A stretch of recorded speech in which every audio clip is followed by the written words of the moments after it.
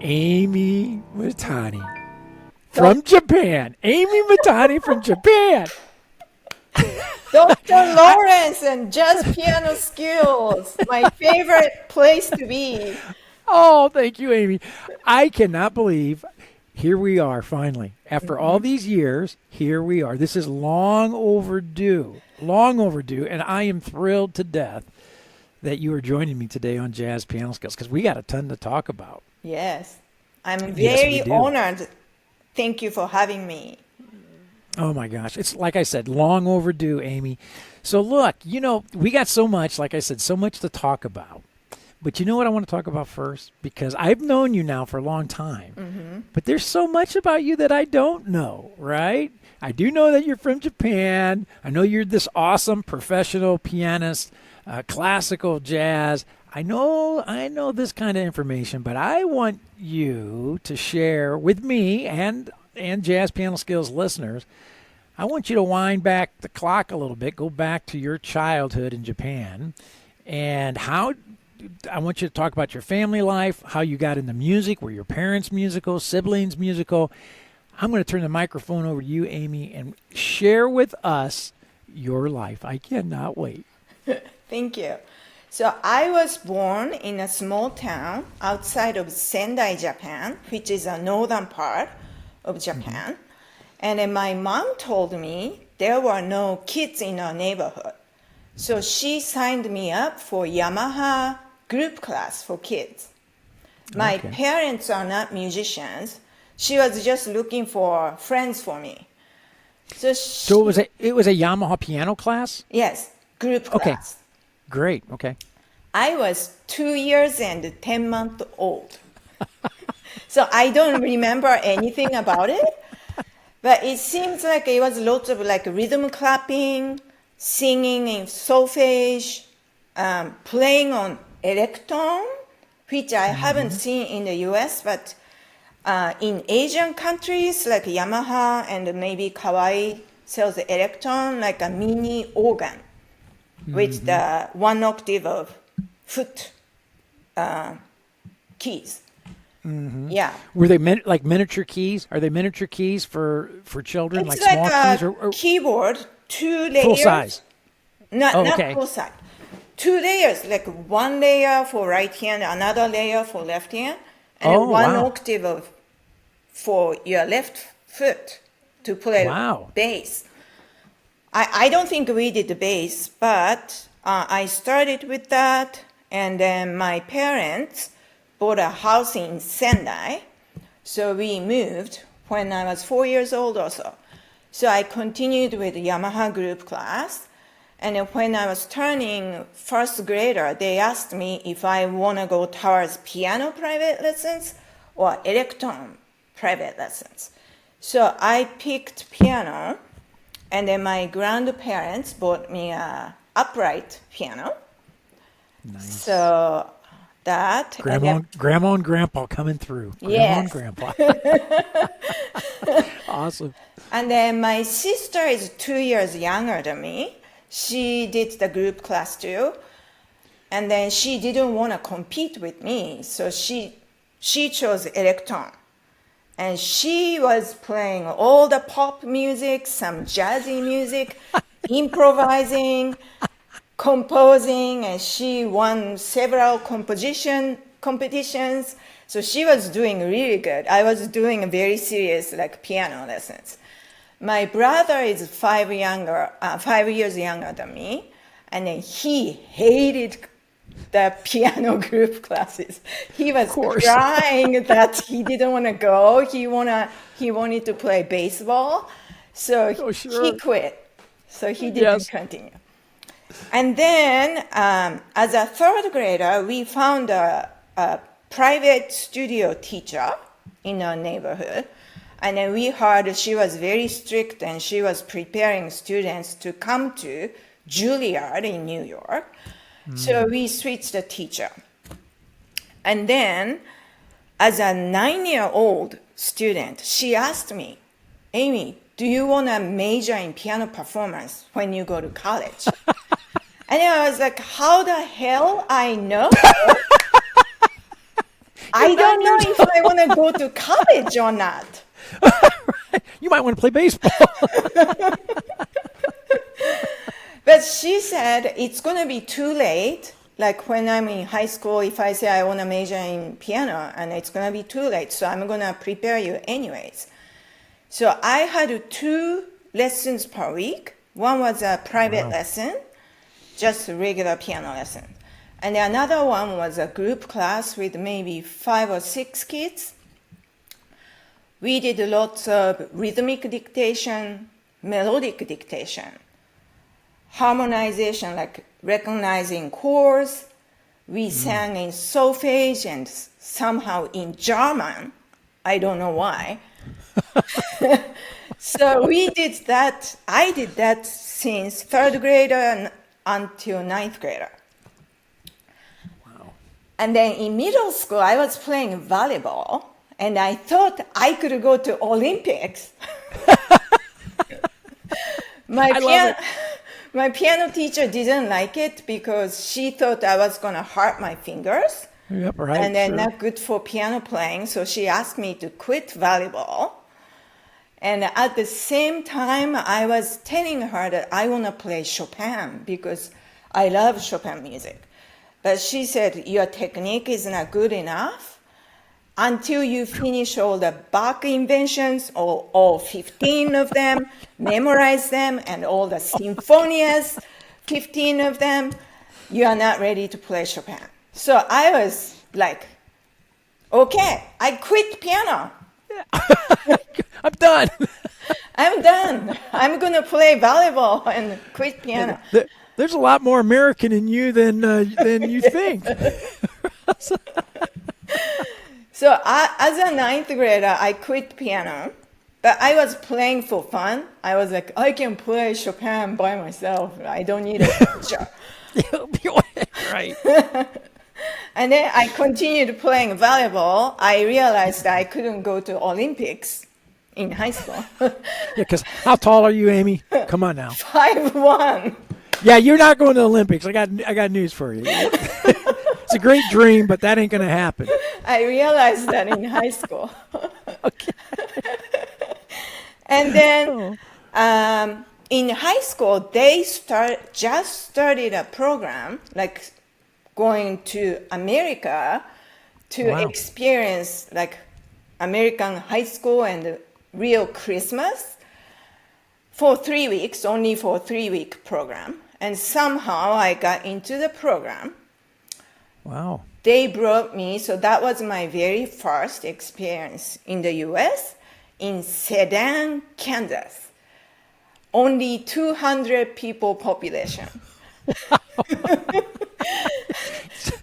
Oh my goodness gracious! So I went to, So you come from Japan to Kansas? yes. Oh my gosh! Like I enjoyed so much. I couldn't understand English. My English was horrible. But I went to high school. I was looking at all the girls wearing makeup in high school, like, and then because my host family was Christian, I went to church. They asked me to play piano. So I played some hymns, and they were so happy, like praised me, and I was, whoa, I want to come back to America someday. And after 3 weeks, I went back to Japan. I finished high school. I told my parents, I want to go to US. I want to study in the US.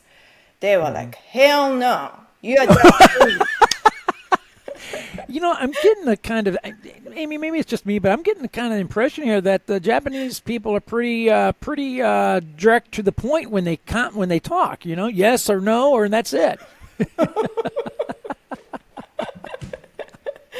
No, my parents didn't say, if you do this, maybe. No, they were like, no. No way. It's not up No for way. discussion. You're not way. going. So I was Well, like, something I was happened. thinking, like, okay, I'm going to save up money by myself. I don't need my parents' support. So you started making plans to run away from home. Yes. Is what you're. Exactly.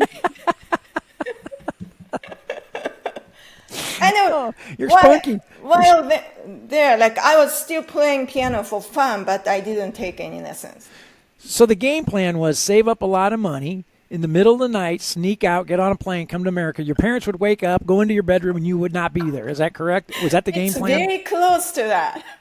Okay. So I was working. I didn't say much about coming to the U.S. I was saving up money. And then privately. And then at that time, no internet. So I started sending letters to English as a second language schools in the U.S. And then I was accepted. I applied for student visa. Wait a minute. And this is all without your mom and dad knowing right now? No. I was like sending letters to the U.S. And then I think do your parents know where you are right now? They both passed away, so they are up there knowing I'm here. Okay. Oh my goodness gracious! So I think I told my parents like a month before my departure, like I got airplane tickets, I got student visa, I'm going to Lewiston, Idaho. And then my parents were like, what? You don't have money. We are not going to send you money. So I was like, I saved up money. I'm going to go. So I came. Sounds like you sent your parents to an early grave here. I mean, they're all worried about you. You're just like they were crying. My dad was like, you are Japanese. You are my daughter. You were born in Japanese family. How come you want to go to US so much? Like he was crying. Yeah, I imagine. But I came. And how old are you at this time? You came how old? 23. Wow. Okay. And then my English was horrible. I didn't know what teacher was saying, what the homework was, but I was staying in a English as a second language school. My goal was to learn English in 1 year and experience all the events in the U.S., special events like Easter, Halloween, Thanksgiving, Christmas. Oh, wow. All the holidays. Yeah, all the holidays. Yes. And then, guess what my first job was in the U.S.? You can't guess. Let me see. Your first job. You worked construction. Good. Building houses. Good guess. Am I close? Yeah, like I climbed up trees to. Are you kidding? To pick up cherries. No way. That was my first job. Climbing up trees to pick cherries. Yes. So now, how in the world? Okay, wait. How does this even happen? How does this even happen? I was at the English as a second language school, so there were lots of students from other countries, right? Okay. And there were Peruvian boys in the classroom. They asked me, "Hey, we are gonna go make some money this weekend. Do you wanna come with me?" So I was like, "Yeah, heck yeah! I need to make money." So I rode on the back side of the pickup truck with them, and they went to the farm, and then climbed up the trees and picking. Did you know? Did you know what? Did you know when they said to come make money? Did they tell you what you were going to be doing? Okay, okay. That you're going to be picking cherries. You said, "Okay, I'm game. I'll do that. I'll pick cherries." Okay. So that was my first job, and then. So I usually musicians look for a gig. They don't. Picking cherries is not the first thing that comes to mind. But okay, I'm with you. So I'm loving it. At that time, I didn't know if I was gonna be a musician or not. So okay. So and then my English was getting better. I was like, I wanna get a bachelor's degree, and what should I major in? And then I was like, I can play piano. Maybe I can get a music degree. Mm-hmm. So I ended up coming to University of Science and Arts of Oklahoma in Chickasha, Oklahoma. You're all over the. You're all over the. You're all over the map, Amy. Because I can see why I can see why your parents had concerns. You're just all over the place. because they gave me scholarships. Like they gave me Okay. music scholarship, and then I could live in a dorm for free. And Wow. Okay. Good deal. I knew my parents wouldn't send me money, so I was like, yeah, that's a good deal. And then they had very good professors, very friendly, nice people. So I went there. Now I'm majoring in piano performance, and then I told my professor, Dr. Ann Gipson, she's a professor at TCU right now, Oh wow. and I told her that I love performing, but I don't want to teach. And she was like, Amy, it's very challenging to make a living as a performer. You should learn how to teach. Yeah. Good advice. So she assigned me maybe 3 young students, and then she would sit in the same room, and then she taught me everything, what to say, what not to say, how to demonstrate, what to do, and everything. So she helped Wow. me become a teacher. So that was my how to learn how to teach piano 101. Wow. Very good. Yeah, Excellent. it started there. Then at the same time in music theory class, Dr. Dan Hansen was my idol. Like he could play drums, pianos, and previously he was always playing in a hotel lounge or something. So Right. he played Misty during the music theory class. It was my very first time listening to Misty. I fell in love with the harmony. I didn't know what it was, but like, whoa, like it really touched my heart. And then I Wow. felt like I Wow. really want to learn how to play like that.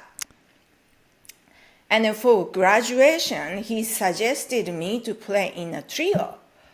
So I was on the piano, Dr. Dan was on drums, and there was a saxophone player who was graduating at the same time. And I had so much fun. So much fun. Like piano playing is, maybe everybody feels this way, mostly or for classical piano, it's very lonely. You practice by yourself, That's right. That's right. you perform by yourself, and then you don't get to play with other people. Yeah. Right. So It's a I, different world. yeah, so I enjoyed that very much. And then I finished college, and I was supposed to go back to Japan. And then my parents are waiting for me to come back. So I stopped by in Europe before I went back to Oh, Japan. here we go. Here we go. Now we're in Europe. Okay. So I backpacked 11 countries in 6 weeks. I had a Eurail pass, and I stayed at the youth hostels. I didn't book any hotels. Like I hopped on a train, ended up some city, and Found a place to sleep. yeah, my goal was to visit. You were already living the life of a jazz musician right now. So I didn't know much about jazz at that time, and all the jazz musicians are in the US. So my goal was to visit all the famous composers' birthplaces, conservatories, the houses they lived, Wow. churches they played for. So I'm glad I did that, because when I talk to my students, I can talk about the composers a lot. Right. So- In a much more intimate way, right? Yes, I yes. mean, yeah, that's And fantastic. it's still, okay, there was no cell phone at that time. So maybe once in 2 weeks or so, I would call my parents from payphone. I'm in Spain, such and such. I don't know where to go next. Did your dad still say, "I'm still not sending any money. I don't care where you are. I'm not sending any." Like Be they in were Spain, like, Oklahoma, Europe. I don't care. I ain't sending no money. they were Come home. screaming at me like that. Just come home, please. Come home. Oh my gosh. So I had a fabulous experience for 6 weeks. I went back home finally, and then in my hometown. In Japan, you live with your parents until you get married. So I went back to my parents' house. What age are you? What age are you now, Amy? 26. And you okay? So you're 26. You got a degree in music, piano performance. You've been a rebel on the road. Kind of a hobo. Different places at different times. You don't even know where the heck you're going to sleep. I don't even know how you're getting where you're getting at this point. You're just getting there. So now you're 26. You're back home, and you move back home with mom and dad. Yes. Mom and dad must be overjoyed. Yes. Right? Okay. And you're thinking, wait a minute, I'm moving back home. I'm going to be in this house until I get married.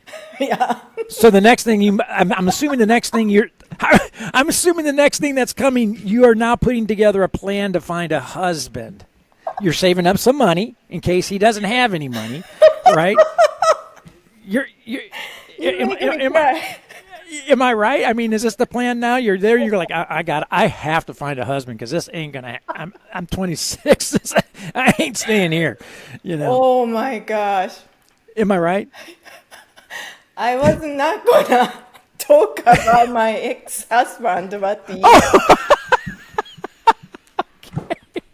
Sorry, man. Sorry, Amy. I didn't mean to bring My this up. But students might this is like a novel. I gotta know this. I'm watching a movie here. I gotta get all the details. Oh my gosh. Okay, so what happened? Just spill the beans. What happened? Okay. We all want to know. So in my hometown, I was teaching piano and English, actually. My English got better. But I was crying in my room that I missed US so much. And then my parents didn't understand why my daughter is crying. She's finally back home. And then like you said, yes, I found a husband who could bring me back to the US.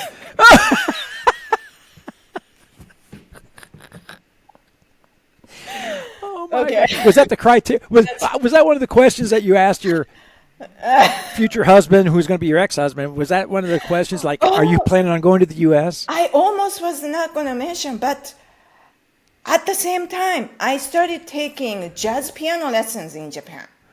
Okay, good. All right. And then I asked this Mr. Mochi.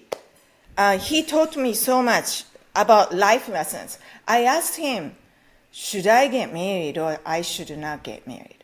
And then he said, like in Japan, like you are supposed to get married before age 25. So you're already like, whoa. Yeah. So he was like, you may get a divorce, but just get married. He's a jazz pianist. He's a jazz pianist.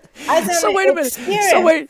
So the advice that he gives you, Mr. Jazz Piano Guy, gives you the advice, you know what?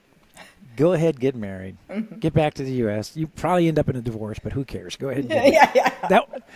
And you said, yeah, I think that's a good idea. Yeah. Okay. Then I came back. My goal was to pursue master's degree. Sure. And then I got a divorce. What state? What? Oh, wait a minute. You got a divorce. Yeah. Wait a minute. Okay, so wait a minute. You just got to the States. I mean, for heaven's sake. Well, how long were you married? 3 months? Well, actually 4 years. 4 years. Yeah. Okay, well, that's pretty good. I don't want to remember that, but yeah. Okay, I was in California, and then I visited. So wait a minute, where did you meet ex-husband? Was it ex-husband in Japan? He was Japanese. Yes, he was Japanese. And what did he do? What did he do for a living? If you tell me cherry picking, I'm going to just. Oh my I'm gosh. gonna, Now he's a commercial airline pilot in Japan. oh, but was he a pilot when you met him? Was he? Not yet. No. So he was Oh, okay. pursuing Oh, okay. his dream. Okay. And he had to earn flight hours. So he was doing that in California. Okay. So now you come to you're with Mr. Ex-husband coming to the United States of America. Where did you land? What state? I'm curious. California. Oh, California. Okay, great. Because I had a friend from Idaho, period. He was working for like a computer industry in the Bay Area. And he was living in a huge condominium, which his company provided. And he had like 3 or 4 bedroom house. So he was come live with me. So we were in California a little bit. And then my dream was always like to get a master's degree. So I started searching schools. And then I ended up going to Portland, Oregon for my graduate school. Wow. So what school in Portland? What school Portland did you go to? State University. Portland. And so how'd you end up picking Portland State University? Jazz program? Was there a Not good classical just yet. program? Okay. So I visited some schools in California and also Portland. And then I talked to the music department, like piano pedagogy teacher, that I want to get my master's degree, but my parents are not going to send me money. I don't have that much money. How can I get my degree? And then she said, Wait, so okay, wait, back up a second, because I want to hear this, but back up a second. Did mom and dad approve of the ex-husband? Did they, when you came home and you said you got a husband, had they met him before? No, you just came in and said, no, this is my. no, yeah, they met him. Yeah. Okay. Oh, okay. So they knew him. They approved. They liked him. They didn't like him much, but They didn't like him much, but you said, "What the heck? I haven't listened to my parents since I was 2.5. Why should I start now?" Right? Okay, good. All right. Okay, so now we're in Portland. Let's get back to Portland. Yes. So I'm alone in Portland. So the piano pedagogy professor said, I'm going to train you to become a teaching assistant so that I didn't have to pay out-of-state tuition. And Yeah, wonderful. Like a graduate assistant. graduate teaching assistant. Oh, fantastic. Yeah, great idea. So she trained us, me and another girl from Belarus, to teach piano class for music majors and music fundamentals class for non-music majors. So she was really good. She videotaped us. She showed me, okay, don't point this way, look at that way, say this way. And then I became a teaching assistant. So I did that for 2 years. And then I had a piano performance teacher, piano private class teacher, Dr. Carol Rich. She was very nice to me. And then she hooked me up with another piano student to form a piano duo team. So Nice. that was a lot of fun. And then because she was a pianist for Oregon Ballet, Oregon Symphony, and she had a chamber music performances, I was her page turner. So I would go to her gigs, sit next to her, and then turning pages, watching how she was performing. So I learned a lot. It's better than picking cherries, I tell you that. It's better than picking I cherries. think so. And then I got my master's degree. Wow. Then I needed a working visa sponsorship because at that time I was still having student visa. Graduating means I'm going to lose my Right. student visa. And then the music school in Cupertino, California, offered my working visa to teach there. So I moved to Cupertino. The music school was on Apple Computer campus. So nice. Are you still married at this time, or has the No. pilot flown the coop? No. Before Portland, I'm already divorced. Okay. He's already flown the coop. He's out. Okay. In California, I was done with him. And moved to Portland. Well, you didn't need him, yeah, right? I mean, Right. you got back to America. Right. Dumped the extra baggage.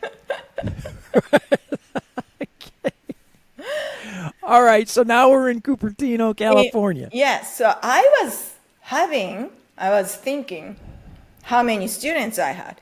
So I had like 43 private students and 6 group classes per week. Wow. So I was That's teaching a lot. That's a lot of teaching. A lot of teaching. And then at the same time, I was a member of Palo Alto Two-piano Club because I really enjoyed the piano duo works. I had 3 partners I weekly practice with, and we had monthly meetings, monthly performances. So I did that. I was a pianist in orchestra pit for Palo Alto Players, which is a local musical production with local musicians. And then at the same time, I was dancing salsa. And then I was always listening to salsa bands, how pianists were playing. And then, Now, wait a minute. Back up a second. Dancing. How did the dancing salsa? How did that come into? Did you meet a dancer, or what the heck is the deal here? How did this happen? So in Portland, my friend took me to salsa dancing for the very first time in my life. And I fell in love with beat and rhythm. Like you always talk about the rhythm and beat. Right. Right. And then I felt like I want to learn how to dance. So I was taking classes, and then at first, for fun, I took salsa dance lessons. So I would go out dancing Wow. Saturday night, and then there's a live band playing, and there's a pianist, but they play so differently than classical music. Very. So in San Francisco, I was watching like 5 or 6 different Latin pianists play, and I was checking their technique and all the kind of stuff. And I picked Maestro Christian Tumalan to give me lessons. And then my life changed after that. I cannot imagine not being met with Christian. Like my life would be so boring right now. So I started taking lessons for fun, and then Christian was like, "Amy, you already know all the scales. You already have technique. You should start playing with a band." I was like, "With a band? No. This is just for fun." But he pushed me to become a Latin pianist, little by Very little. good. Right. And he even went shopping with me to Guitar Center to get all the equipment I needed, like keyboard to speaker, monitor, everything. And he helped me dealing with all the Latin bands situations. Right. So I started playing with the Latin band, and that is my true passion right now. Yeah, which you do to this very day. You play with Latin bands, and we'll talk more about that here in a little bit. But yeah, that's fabulous. That's unbelievable. And then later, Christian won a Grammy, so he's a Grammy pianist. And then when he formed a big band, Pacific Mambo Orchestra, they were having rehearsals on Monday nights at Salsa Club in San Francisco. I would go to rehearsals. I would stand next to Christian watching him play. And the timbales guy was a Santana's timbales. Oh, wow. Wow. And then all good musicians, they gave me advice, and they were like, Amy, keep playing, keep trying. You're going to get better. Don't give up. So they really encouraged me. So that was a very huge experience for me. Yeah. Well, like you said, life-changing. Life-changing. Yeah. Yeah, right. I cannot imagine just playing classical music. Yeah. So you got this whole classical world going on. Now you're, salsa dancing, and now you're playing in salsa bands, right? This is all in California there. So when did you finish your? Is this after your master's degree? After master's. This all took place after your master's degree. Mm-hmm. Okay. Yes. All right. So okay. So then what? What comes after And that? 'Cause then- I'm curious how you eventually end up in Dallas. So okay. So I was doing lots of music, like music halls, to Latin bands, to two-piano clubs. I was enjoying my life, but I was like, am I going to die alone? Am I going to end up in a retirement house by myself? Maybe because there ain't nobody dancing salsa in those retirement houses. Maybe I should find a partner. Here we go. I met my fabulous husband, current husband, in San Francisco area. And then eventually his job transferred us to Dallas. Okay, your fabulous husband. What does he do? He plays guitar and the trumpet for fun. He's not professional, but So he's a musician. yeah, he had his own band back then. Okay, there you And go. then his profession was a producer to make like apps. Okay. Yeah, so he's in the old computer thing then with apps and Yes. okay, fabulous. So how did you meet him? online. Through online. Oh, okay. Very good. So you thought, okay, I gotta go find a husband. I'm going online. Yeah. This should take about 24 hours. Exactly. But I'll devote 24 hours to this, and then I'm back to salsa dancing and playing jazz. Right? Okay, got it. All right. So you meet him online, you snag him, and then you guys get married. He's a musician, which is cool. He plays. So and his job brings him to Dallas. So you and so that's why you're here. Yes. How fabulous is this? Yeah. Right. So how long you been in Dallas now? 10 years. Fabulous. Yeah, 11 years. Wow. Woo. And now you're professional classical pianist. You have a thriving studio here in Dallas, teaching students of all ages. Right. Talk a little bit about that. Now, talk about your studio and your students. So I love working with adults. So I currently have 12 adult students. Oh, fabulous. Everybody uses iReal Pro. And then 10 students younger, like school-age students. Right. They also So use iReal Pro.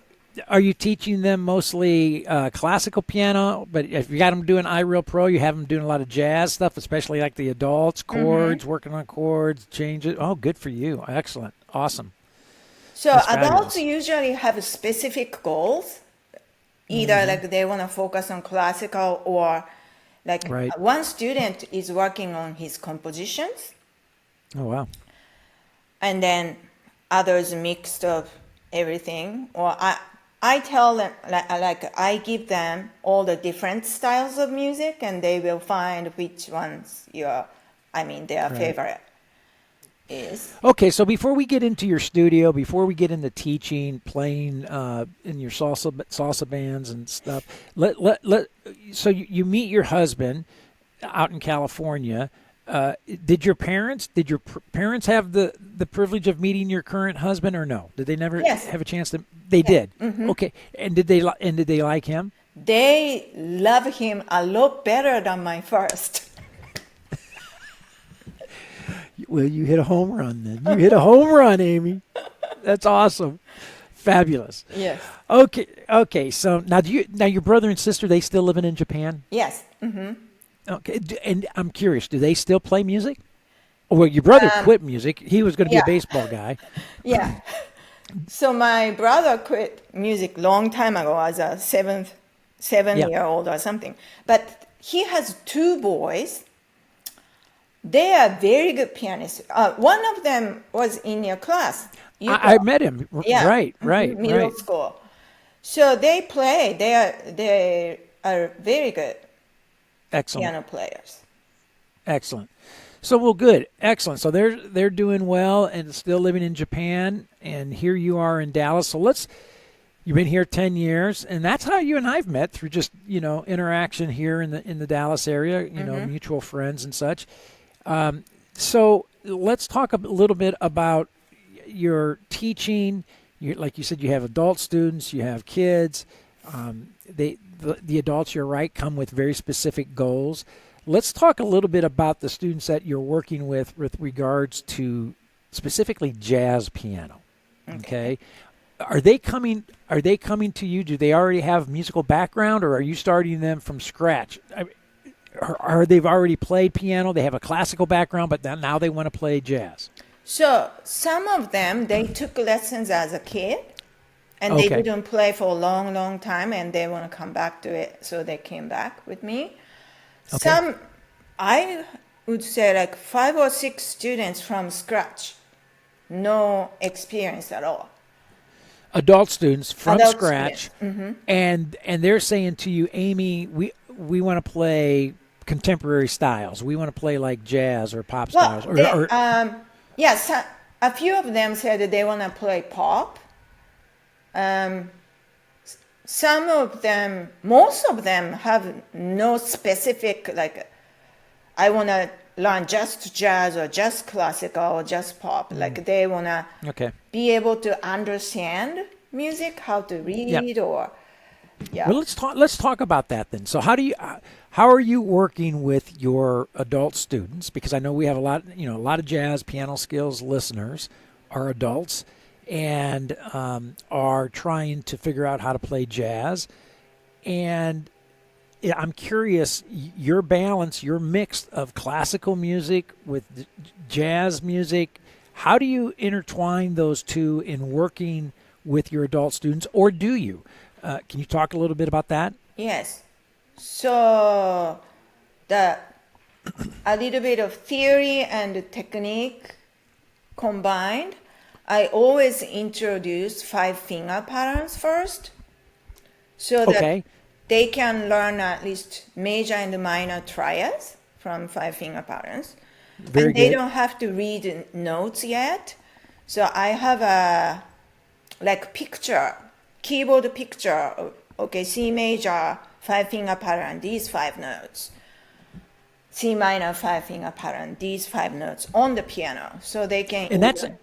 And that's kind of where you start them, Amy. I mean, an adult student coming to you, you're gonna start them with like little 5-finger patterns on the Yes. piano. Mm-hmm. Fantastic. I What? talk about like finger numbers, right?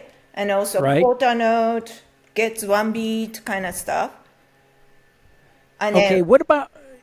Yeah, and then what about chords? Where do the chords come in? so chords, you mean 7th chords or triads? Either one. So Triads. How do you start them? So triads is coming from 5-finger pattern, right? Right. So I would tell them to play like. There you go. So in the end, they are playing a blocked chord. Before the block, they are doing arpeggio or broken, and they Right. know. So you tie in. You get them doing a little like melodic work, linear work with scale, 5-note, 5-finger pattern, scale pattern. You tie the harmony into that scale pattern, that scale harmony scale relationship. You get Yes. the triads going. Yeah. That's fabulous. And are you finding that they take to that pretty quickly? I would assume, right? Some of them, yes. I always tell them like this is the very basic stuff. You will need this forever. You want to master this first, Yes. Right. and then they will. So do you? So do you have? One of the things we talked about before we, started our interview time together. I'm curious, with adult students, how do you have a game plan where you're actually having them play some classical literature as they're learning, or are you sticking strictly with the jazz stuff? And if you are bringing in classical literature, what types of classical literature would you use, or would you recommend for a jazz pianist to use in developing their skills that would be beneficial, or do you?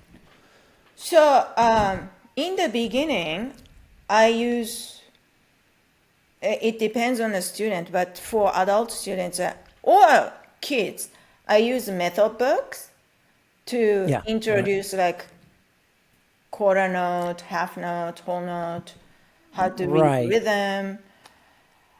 And then all the nomenclature, reading the musical staff, reading the note names, and all the keys, after 5-finger patterns, scales and stuff.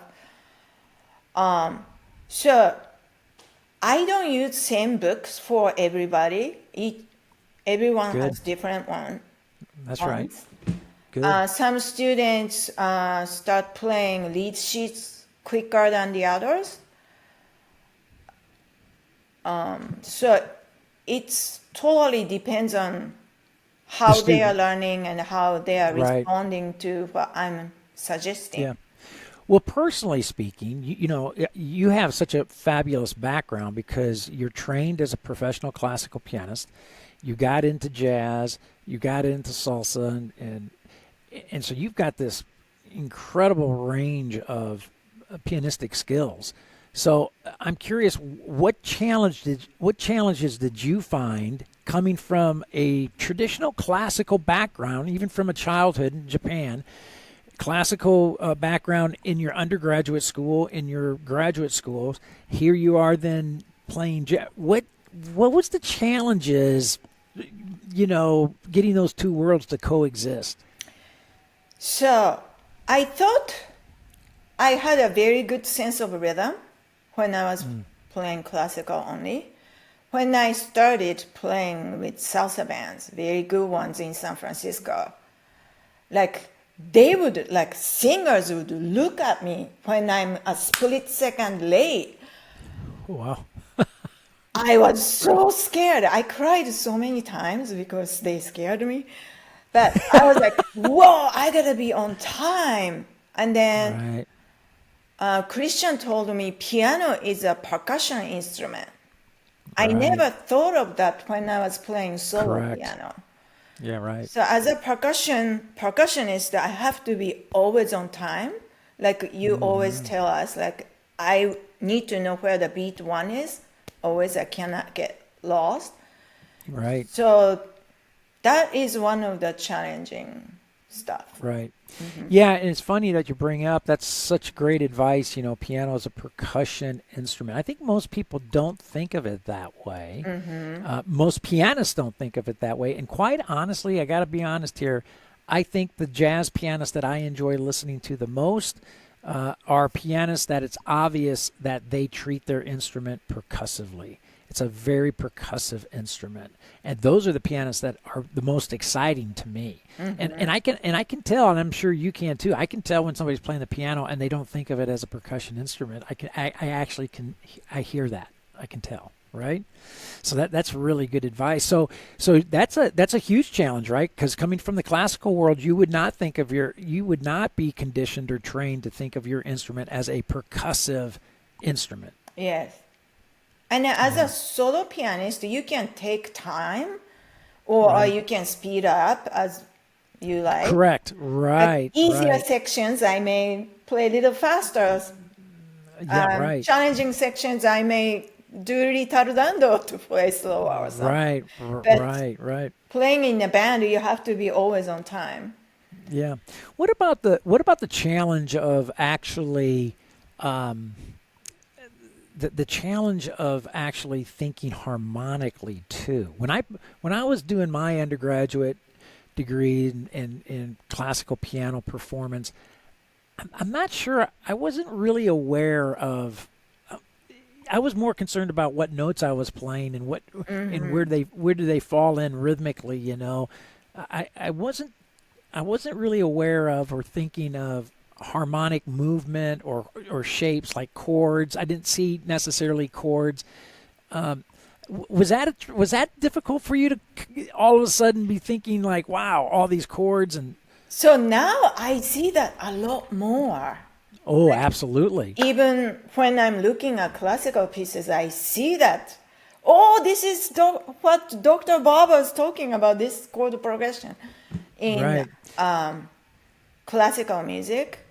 From the lead sheets you are giving us every week, like thinking function was very challenging for me, still challenging. It's getting much easier now. Right. Well, and you got good ears, so that should get easier and easier as you condition yourself to think that way, because we're not typically taught to think that way when we take piano lessons, right? I was going to say on the chord stuff, the classical music, and it's funny. I have adult students that will come that want to study classical piano, and I tell them, "Oh, well, that's fabulous. Then what we'll do is we'll start with jazz." And they go, "What? What?" And I said, "Well, if you really want to be a great classical pianist, study jazz, because you're going to learn all these harmonic shapes. You're going to understand chord scale relationships, right? You're going to see harmonic function. You're going to learn how to see all this within the classical literature that you're playing.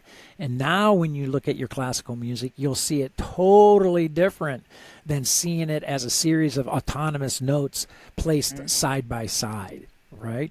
So I actually think if you really want to be a really great classical pianist, you should spend some time studying jazz piano. What are your thoughts on that? Yeah, I agree. Yeah, it changes everything. Like, as you know, I took music theory classes in college and graduate school. I knew basic stuff, but since I started listening to your podcast, like every single time, whoa, do you think this way? Whoa, do you see this way? Like mind-blowing stuff one after another. Well, you're doing fantastic. You are doing fantastic. I'm always impressed with everything you do musically, so it's, and I'm going to have to get out and check out. I know you're doing these salsa bands and these salsa gigs, and I gotta come out and check it out. It's coming Saturday. Yeah, this upcoming Saturday? Okay. Legacy Hall. Yeah, and did you already send me the information on that? Because I think you sent me, or was that last weekend that you were playing? I think it was. Maybe. Anyway, I'll check my email. But if it's coming Saturday, that's open to the public, right? Yes. Okay. Well, you might see a friendly face. I'm always using your two-handed voicing. Okay.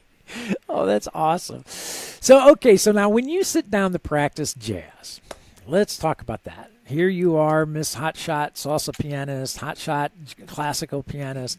When you sit down to practice jazz right now, what are the things you're focusing on? What are the things that you're devoting your time to and attention to when practicing jazz styles? So listening to your podcast many times, and then I play along with you. Oh, great. So when you demonstrate something, like exercises something, I listen to what you play. And when you are resting, I copy your style. Oh, very good. Yeah. And then when you are soloing, this morning I was just doing the current episode of Days of Wine and Roses, improvisation episode. So when you were soloing, I was comping you. Oh, very good. Using the two-handed voicings and comping. Oh, very good. Excellent. Yeah, that's great. That's great. And so you use. I noticed you earlier. You said you have all your students using iReal Pro. So that's great. You have them using an app that helps them place musical concepts into context, right? And are they all doing that? Are they all using it? Yes, even my younger ones. Oh, fantastic! So how are you having them? Are they playing like lead sheets through iReal Pro, like chord changes or specific? Okay. Do you have them doing exercises through iReal Pro? Like, where you set up like a C major sound and they're playing their C major scales? So I create the chart by myself to send out to students. So like primary great. chord progression, and also there is actually a scale book showing like triads of major scale, triads of minor scale. So I do the seventh chords of major scale, seventh chords of minor scale. Oh, fantastic. So, and then I have them like improvise, like right hand with broken chords, different fantastic. inversions Yeah. for some. Yeah, so you're teaching them. They're starting to see the harmonic relationship to the scale relationship, seeing how that fits together. And Yes, that's so tremendous. even like fifth grader, he can tell, oh, 5-7-1 in the classical piece. Like he can tell. See, now that makes me really jealous because like what did you say? A seventh grader did you say, or Fifth grader. fifth grader? I would have loved to have fifth grade learning that, right? How tremendous is that? Mm-hmm. Holy cow. It's fantastic. Really good. So you always give me great ideas. Oh, I can use this tool to teach my students. Great. Yeah. That's fabulous. So how many students you said you have now? You have how many adult students? 12. 12 adult Adults. students? Huh? Yeah. And how many? 10 younger students. Wow. So your studio's, you have a pretty packed studio. I feel like I should reduce teaching hours so that I can practice more for jazz piano skills. Yeah, I'm glad to hear you say that because I don't want any of my students currently thinking, you know what, I'm going to leave Bob and go to Amy. I think she'd be more fun. So, so if you're listening and you're thinking you're going to switch, just know she's going to reduce hours. She has no time for you. Yes. So you're stuck with me. Well, let's talk about your practicing because I know you are very dedicated, even as a professional pianist, professional gigging pianist, professional educator. You are very dedicated to practicing. You practice. How do you do that? No. How do you work in the consistent practice time? Because honestly, I'm jealous. I'm totally jealous. To be honest with you, I am very lazy. I get lazy. I do not believe that. My husband would say, I haven't heard you practice. Just like parents saying to kids. Hey, you know what you need to say to him? When he starts getting on, you say, hey, you know what happened to the first guy? You know what happened to the first guy, so just back off. I would say most Japanese husbands wouldn't like me if I go out playing gigs, come home 2 a.m., 3 a.m. My husband never, ever complains. He's always supportive. He's very supportive. I can tell. Yeah, I can tell. Thankful. Yeah, that's awesome.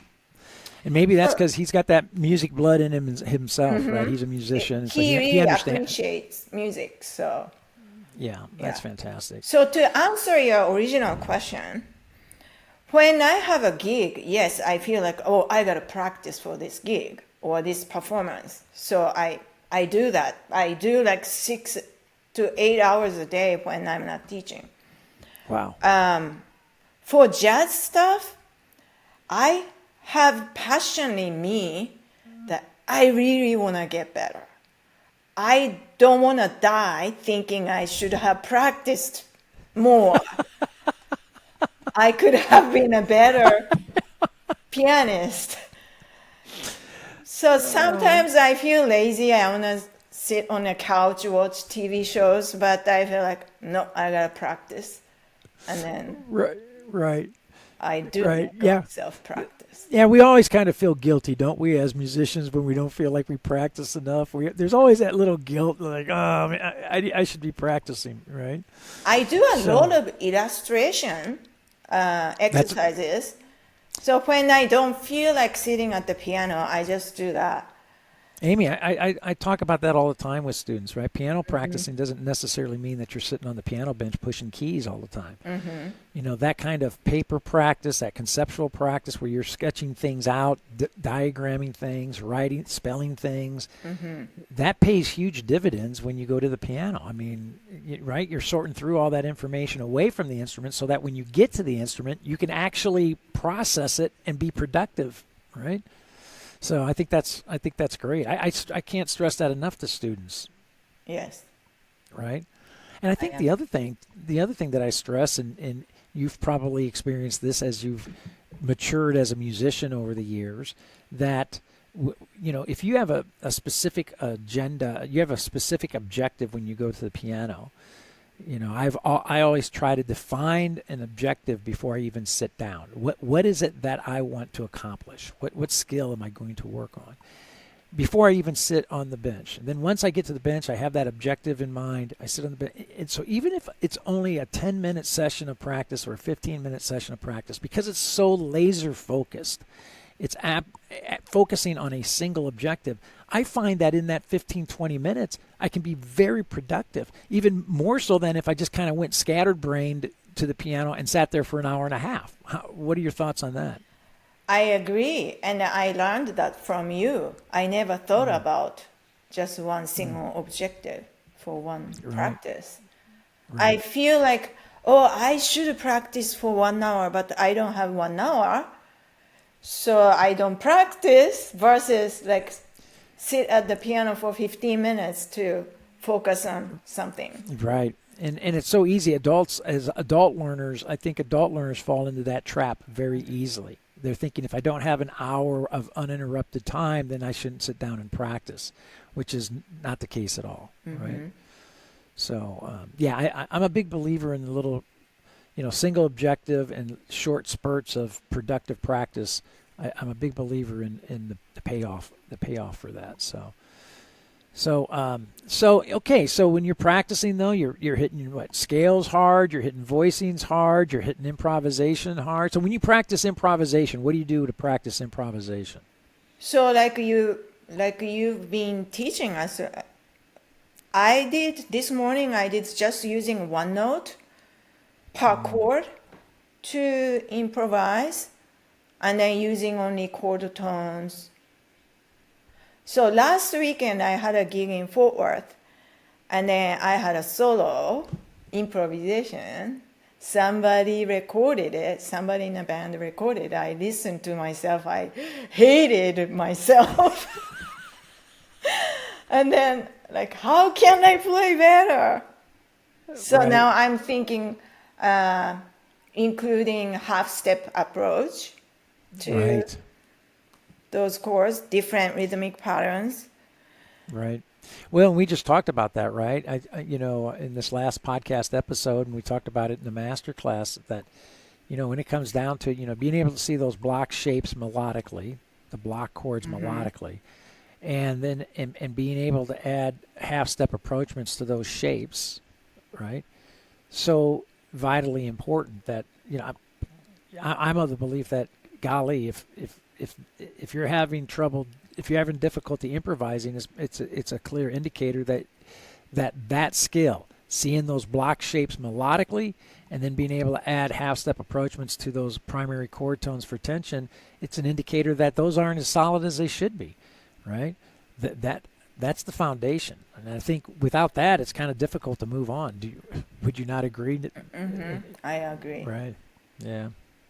Very, very, very tough. So, and like you know, like we need to know the original melody so that when we improvise, we still hear the original melody.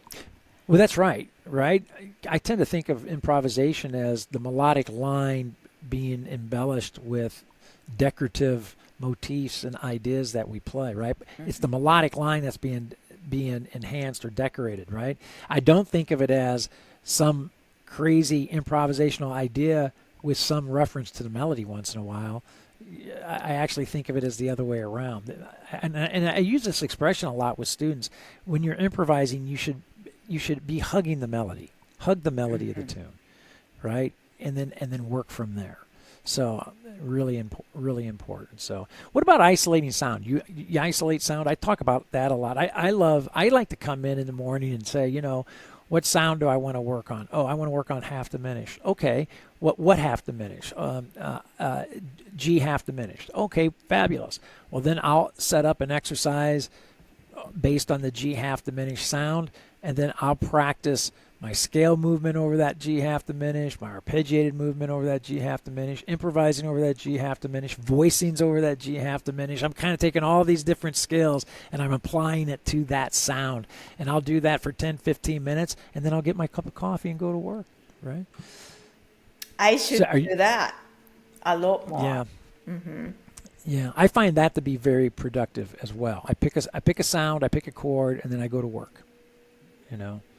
So, well, what big advice could you give? What big advice could you give to jazz piano skills listeners, folks that are out there whether they're getting acclimated to, introduced to jazz for the very first time, or they've been playing jazz for many years now? What words of encouragement or advice could you give to jazz piano skills listeners to get them fired up, to get them pumped up and motivated to continue their jazz studies? Number one, be patient to yourself, because I see a lot of adult students, they want to get to this level or this goal so quickly that they want to skip the steps, and then they just want to get there. But you have to be very patient.